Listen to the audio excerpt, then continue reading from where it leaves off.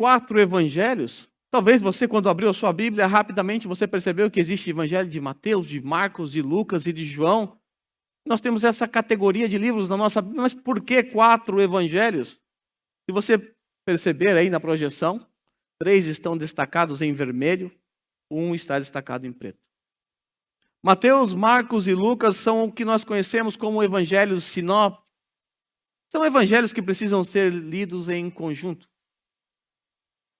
Isso significa que, para você ter um entendimento geral da história, da vida, da morte, do nascimento de Jesus, da sua ressurreição, sua ascensão, você precisa ler conjuntamente esses livros. Mateus, Marcos e Lucas. João, você pode ler ele separado. Você já deve ter percebido que há inúmeras repetições nesses 3 evangelhos. Você está lendo, de repente você fala, nossa, parece que eu já li isso aqui. Pô, mas essa história de novo agora, de novo em Lucas? É isso mesmo. Essas histórias são contadas de um prisma diferente, trazendo nuances diferentes acerca do que Cristo fez aqui na Terra. Então, para um completo entendimento, se faz necessário lê-los em conjunto. João, não. Mas por que eles são diferentes? Primeiro, pelo propósito universal de João. João é o único dos 4 evangelistas que tem um propósito universal. Mateus ele tem um propósito específico, um objetivo, um alvo específico, um público específico. Lucas também, Marcos também. Já João ele tem um público universal. Ele escreve para todo mundo, tanto para judeus quanto para gentios. Também pelo fato de que João registrou o ministério de Jesus, a história de Jesus relatado, ou que ocorreu na Judéia. Já os outros discípulos, aliás, os outros escritores, Mateus, Marcos e Lucas, eles registraram os fatos históricos que ocorreram na Galileia. É evidente que Jesus não realizou os mesmos milagres, os mesmos pronunciamentos na Galileia e na Judéia. Vale lembrar também que João foi o último escritor dos evangelhos. Já havia Mateus, Marcos e Lucas quando ele escreveu o seu evangelho. Então também ele decidiu cooperar de uma outra forma, registrando outras histórias que se adequavam ao seu propósito, ao qual nós vamos ver daqui a pouco. Então nós temos os 3 evangelhos sinópticos, que foram os registros dos episódios que ocorreram na Galileia. Nós temos o evangelho de João, que registra aquilo que ocorreu na Judéia. A título de comparação, quando nós olhamos para os evangelhos sinópticos, nós percebemos que há uma ênfase no reino de Deus. Quando a gente olha para o evangelho de João, a ênfase está na pessoa de Jesus. O que torna o evangelho de João doce aos nossos lábios. Quando nós olhamos para os evangelhos sinópticos, Jesus é apresentado como homem, como filho de Davi. É destacado mais a sua realeza, mais a sua humanidade. João, ele enfatiza Jesus como filho de Deus, o Deus encarnado. Os sinópticos enfatizam a história de Jesus. Já o evangelho de João, a ênfase dele está no significado da pessoa de Jesus. João, na verdade, ele está tentando nos responder a grande questão: quem é Jesus? Já os outros evangelhos, eles estão apenas relatando a história de Jesus, para um propósito específico, é claro. Mas João não, a ênfase dele está no significado da pessoa de Jesus. Quem é Jesus? Esta é a grande pergunta. Esta é a grande questão. Nos sinópticos nós temos uma ênfase em narrativas.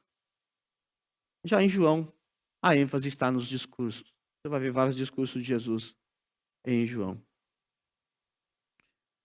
Lá nos sinópticos nós temos vários pronunciamentos breves de Jesus. Ainda que haja alguns longos, como Mateus capítulo 5, 6 e 7, Sermão da Montanha, capítulo 24.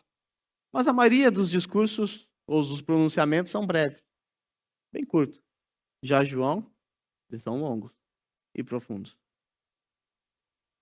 Essas são as diferenças que nós encontramos dentre os evangelhos sinópticos e o evangelho de João. É importante que você tenha isso em mente, porque você está diante de um evangelho extremamente profundo, que é considerado pelos estudiosos como o evangelho espiritual. É um evangelho que trata acerca de Jesus em toda a sua profundidade. é dos evangelhos o mais teológico possível, o mais cristológico. Mas por que não apenas um único evangelho? Porque 4, ou talvez 2, seria suficiente, não é verdade? Já que os sinópticos eles tratam acerca do ministério de Jesus na Galileia e João na Judéia, por que não um de cada? Aí estava bom. Porque nós temos 4 evangelhos.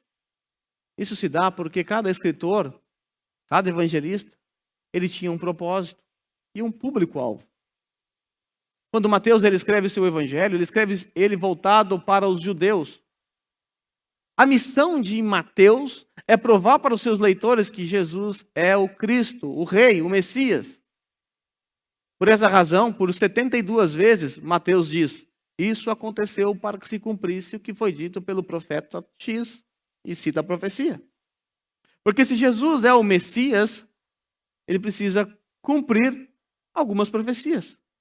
E Mateus, ele pega a sua pena e começa a mostrar as profecias do Antigo Testamento e começa a colocar Jesus dentro delas.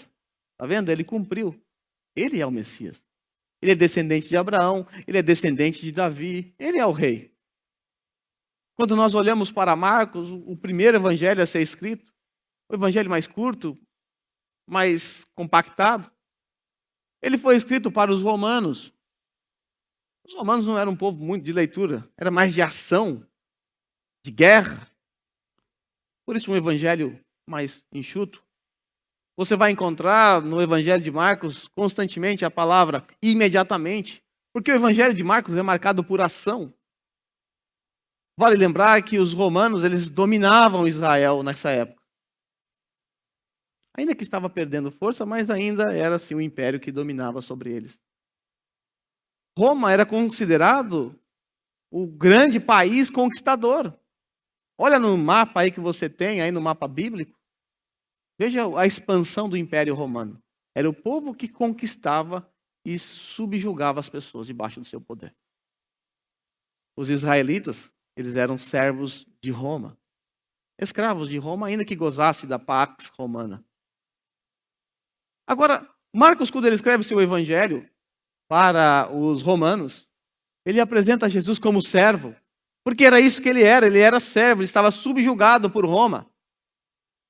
Mas ao mesmo tempo ele era o servo poderoso. Ele era o servo poderoso, o conquistador poderoso. Por essa razão você vai encontrar inúmeros milagres. Você vai encontrar, por exemplo, a expulsão de demônios, Jesus expelindo os demônios. Marcos quer mostrar para os seus leitores romanos o seguinte: é verdade que Roma é poderosa. É verdade. Mas existe alguém aqui que é muito mais poderoso do que todas as centúrias romanas juntas. É Jesus Cristo de Nazaré. Ele tem poder sobre a tempestade. Ele tem poder sobre os demônios. Ele transforma água em vinho, ele multiplica pães. Ele tem poder sobre a morte. Ele é poderoso. Quando nós chegamos em Lucas, ele está escrevendo seu evangelho para os gregos.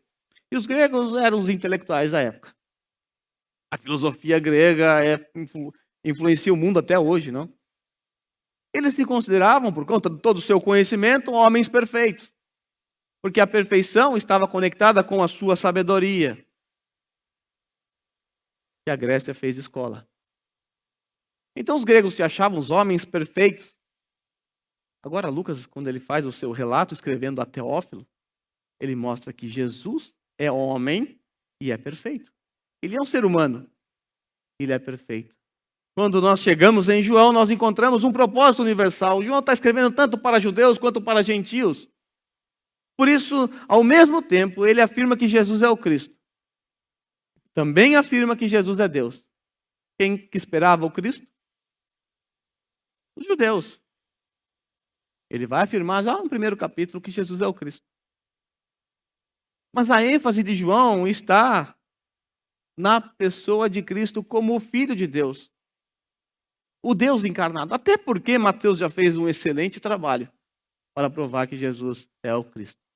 Então, de um lado, o João, ele alcança tanto os gentios, que tinham todas as suas divindades.